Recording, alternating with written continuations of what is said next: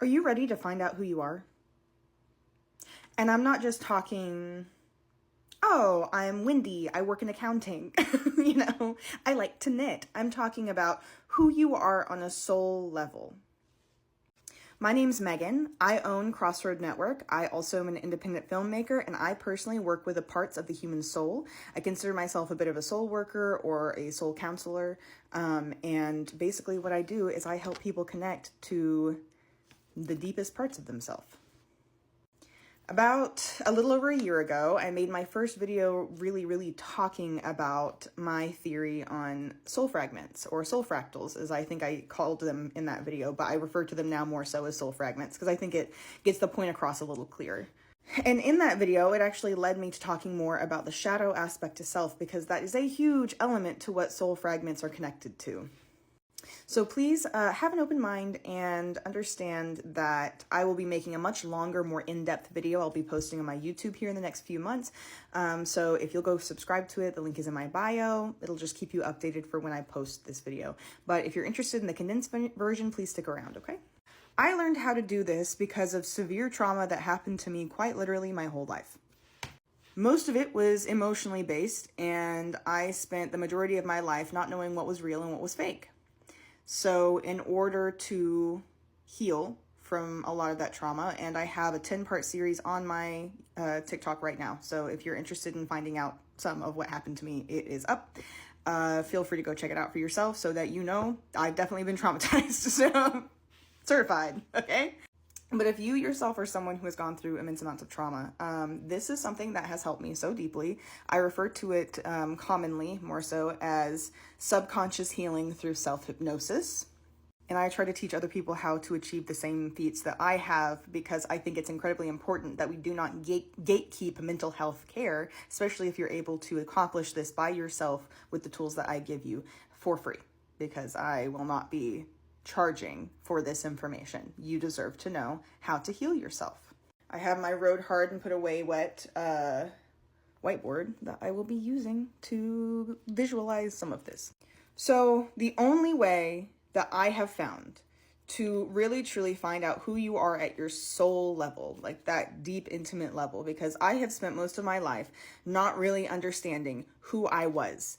And that lack of identity also helped me find this route, because I so desperately wanted some information on who I am. Like, what am I? I am not who I am out here. I am who I am in here, but who is that?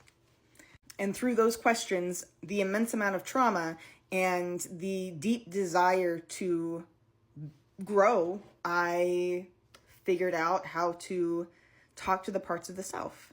Because we as humans, we compartmentalize a lot of things. We don't just compartmentalize our memories, emotions, those sort of things.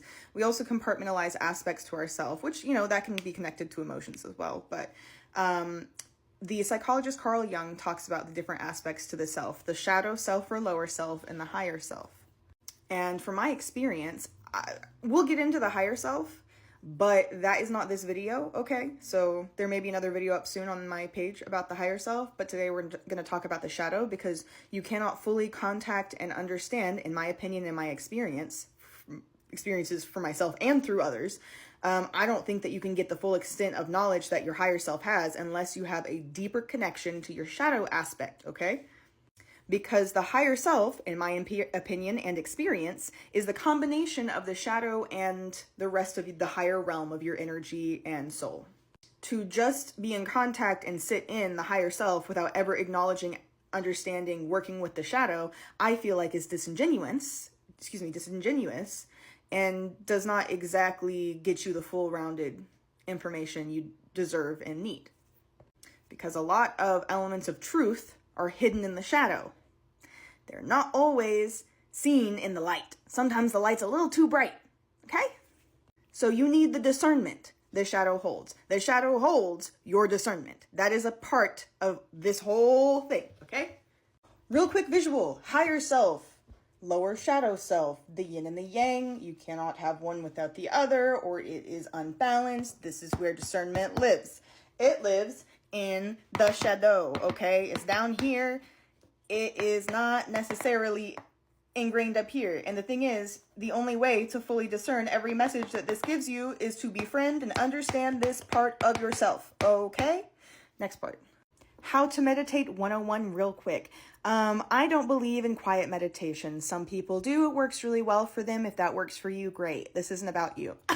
It's about people like me who were always told that and it never worked for them, because it's not about quieting your mind. It's about being able to organize the thoughts that are coming in and give them some level of control. I'm not saying control your thoughts. I'm saying have a level of control and organization there that you're able to lead into a meditative state. Okay. So like if you have like a memory or something pop in when you're trying to get to this state, which I'm going to describe here in a minute, you don't push this memory thought feeling away. Don't think that you're rabbit trailing unless your gut tells you that you are, which your gut is not your anxiety. Oh, that's about discernment. We're working on that. Okay. But do not panic if you're trying to completely quiet your mind. I don't agree with that method, okay?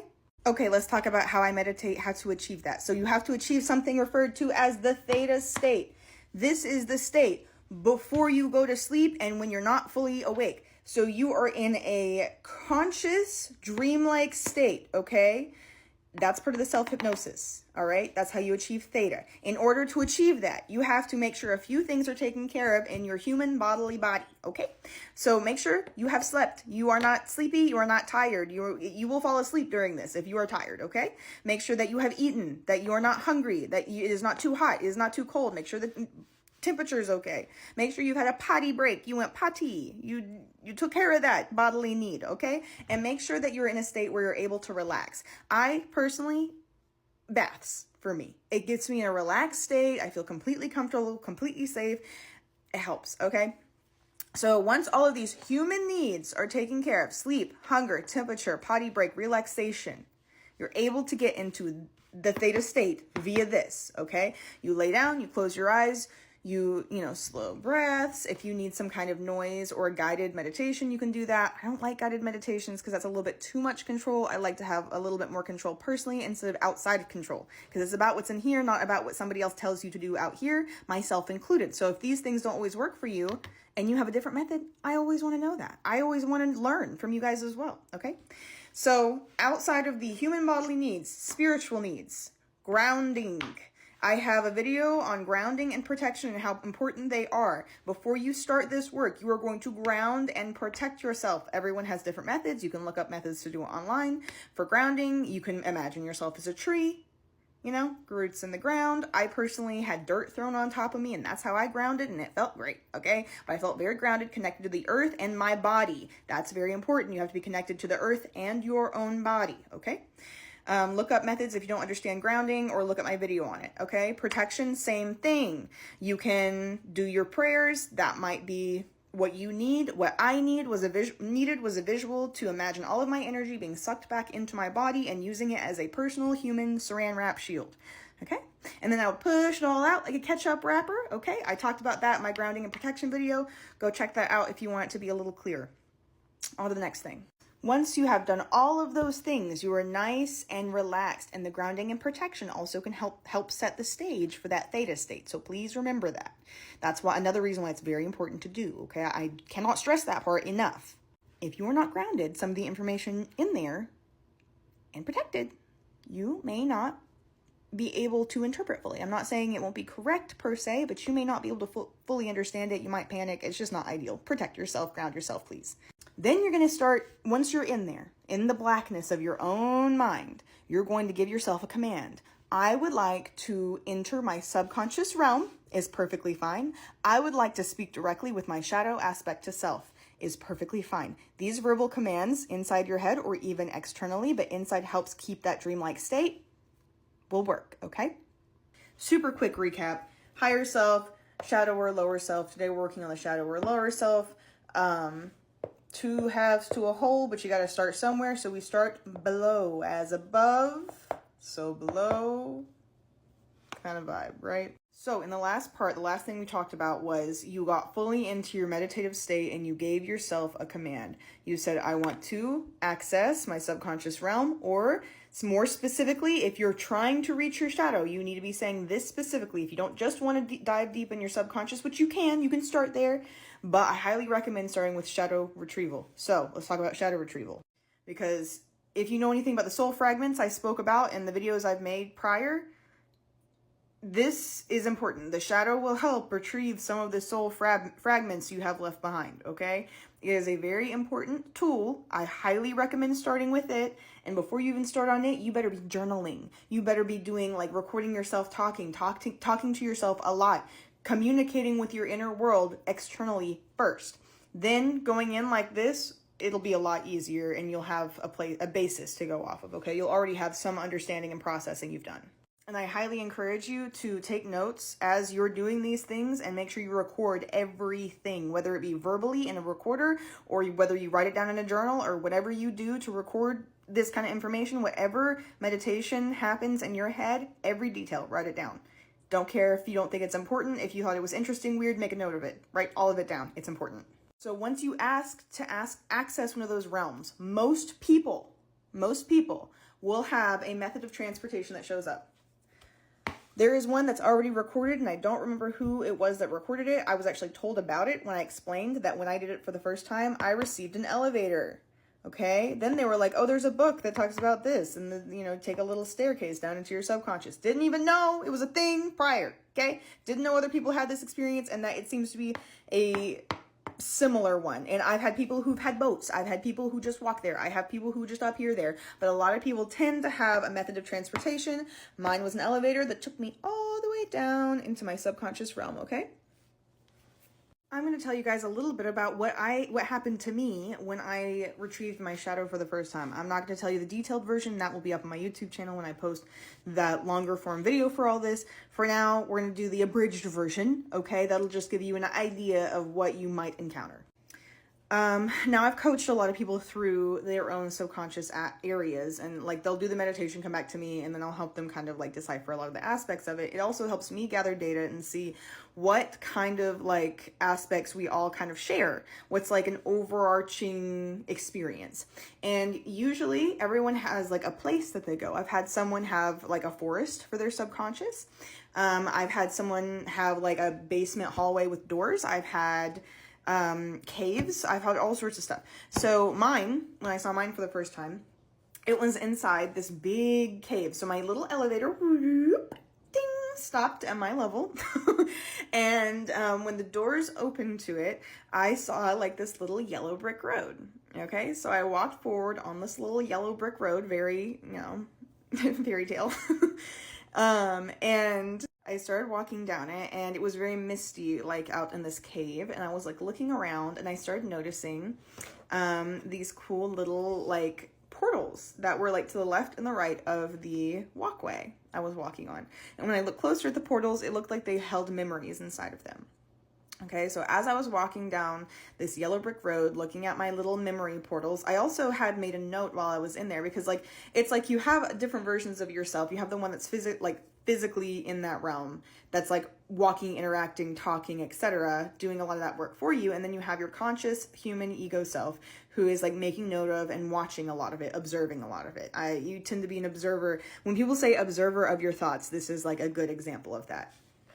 So I made note that there were not as many, like I knew inherently, like in my gut, I knew that there used to be a lot more little portals down here, but like there's not as many anymore. And it occurred to me in that moment that I had worked on so much of my trauma externally that there was not a lot I had suppressed, because those memories and those bubbles were suppressed memories, thoughts, and emotions, okay?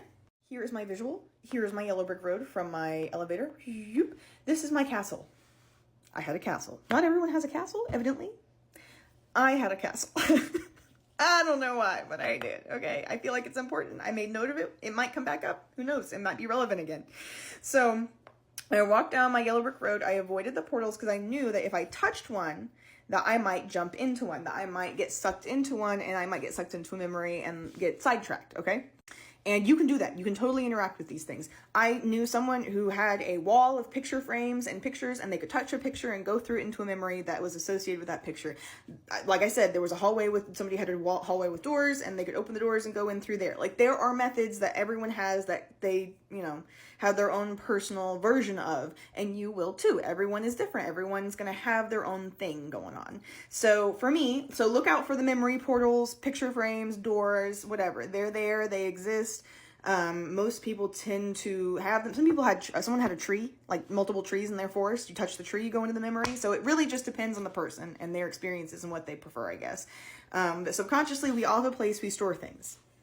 So I went in all the way up to my castle because I knew that if there was a shadow down here, something important, it was in that damn castle out there, okay? I was gonna get in that castle. So once I entered the castle, I flew the doors flew open, and then the room started rendering, kind of like in a video game.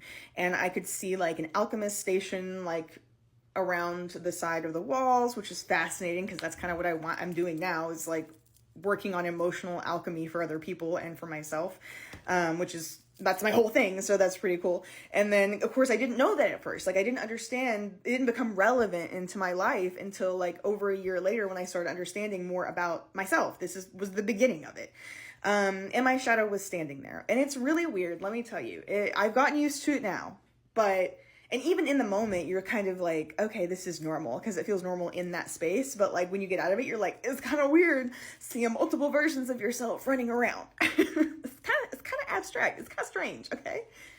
So I saw mine, and anytime I see people's shadows, they always look like the demons from like Supernatural with like the blacked out eyes. Like, that's what mine look like. Okay. So when I see somebody else's, they also have that similar look to them. But to themselves, they might look different. People describe their shadow in a bunch of different ways. And they see them differently than I do. I've noticed too, when they're able to identify them. But mine, anytime I see somebody else's, anytime I see my own, they have blacked out eyes. And at the time that I did this shadow retrieval and everything too, I still had a lot of that like religious programming. So a lot of this was really freaky to me at first, especially when she started throwing insults. Because let's talk about what the shadow is real quick. The shadow is every single negative and repressed feeling you've ever held on to yourself, that others have put on you, that you have put on you. All the things that you feel shame about, sadness about, anger about, they all live in the shadow. So this is not something that most people are interested in contacting within themselves because they are inherently afraid of it. But what is so ironic is that this aspect to self is supposed to protect you. It's here to protect you. It's not here to hurt you. The reason it's hurting you is because you have abandoned it.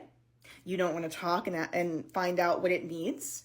You have excluded it from your life in general. You don't want anything to do with it because it scares you. So inherently, instead of helping you, it's hurting you because you're unconscious of the things that it's making you do. You don't realize what it's affecting in you, and it's not able to do its job of protecting you appropriately and to its fullest extent if you do not realize it.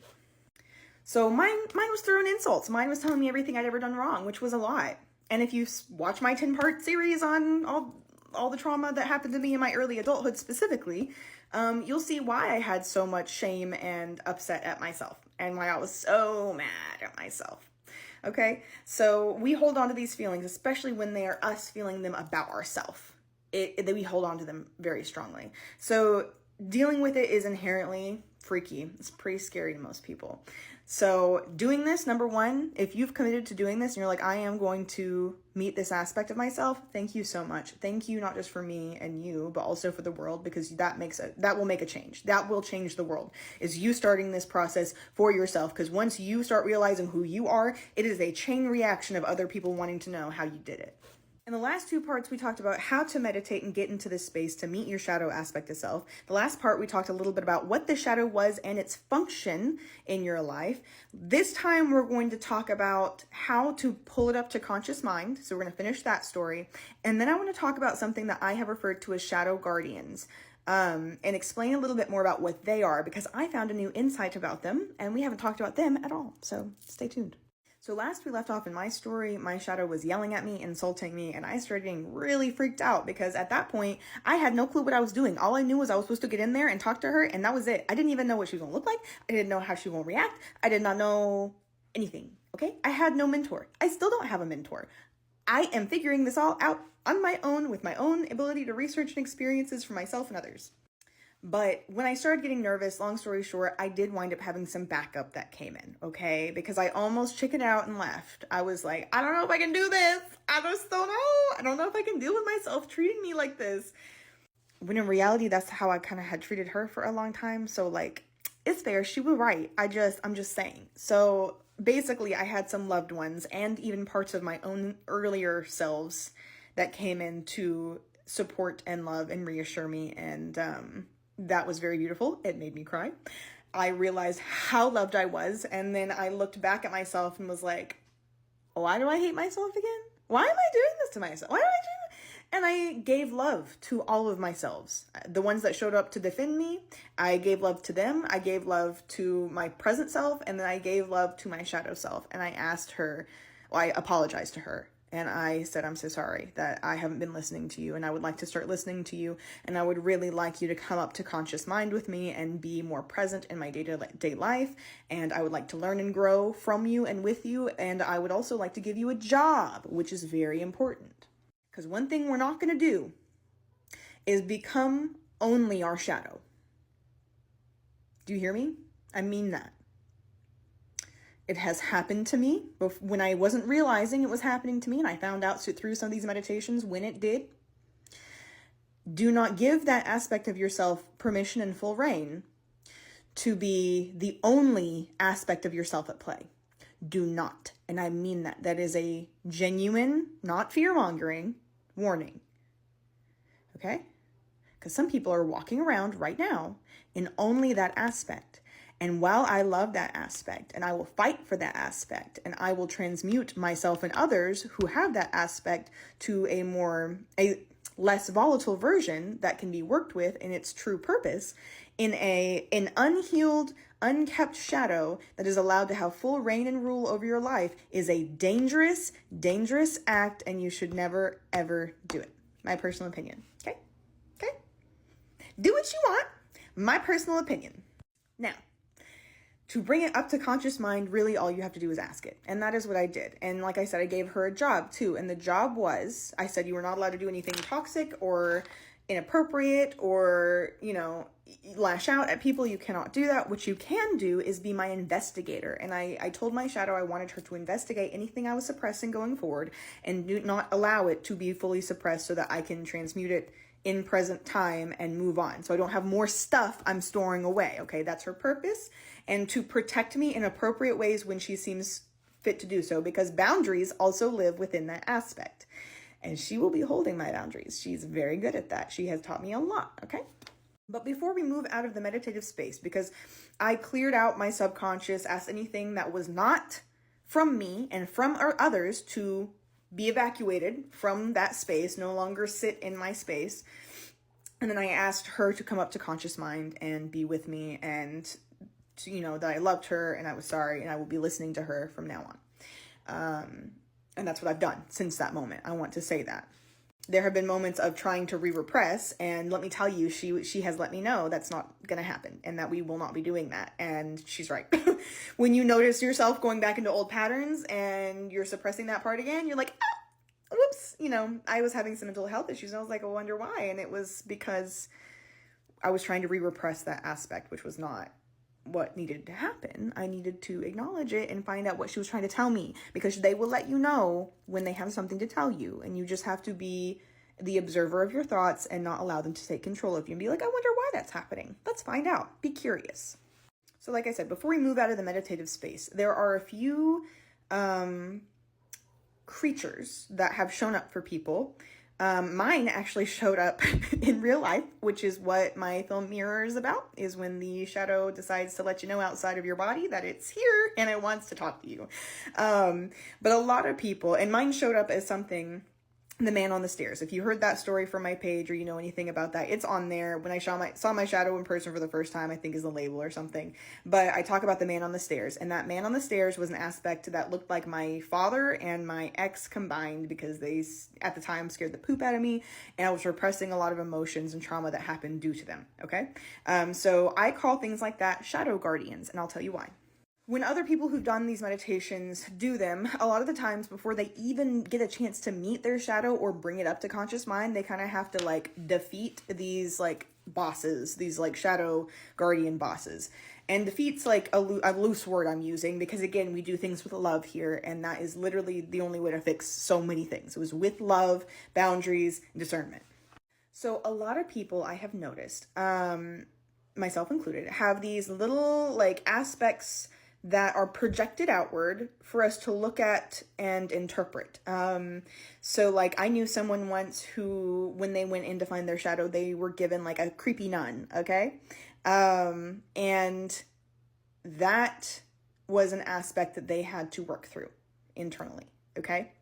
I've known people who've had other little creatures that represent different emotions that they have stored and traumas they have stored, and show up in like quirky characters and different like physical symbolism in creatures. And like you might have some kind of like, say like a Frankenstein shows up and then like you have some kind of trauma or something that you've repressed about, like not feeling comfortable in your own body, or like feeling like you're mismatched or something. You know what I'm saying? Like, I'm just trying to give an example that makes sense. But they don't always look like the shadow aspect to yourself. And usually there's stuff that you have to like address head on initially before you finally get the chance to speak directly with your shadow and bring them up to conscious mind. So if you go in and you have some kind of freaky creature aspect to yourself that like is making you unsettled, and you're like, why are you here? It looks like, you know, scary due to religious programming or whatever, understand that it may not be your shadow, but it may be an aspect your shadow is projecting outwards for you to look at first before you can speak to them, okay? Because sometimes that happens. I've noticed that.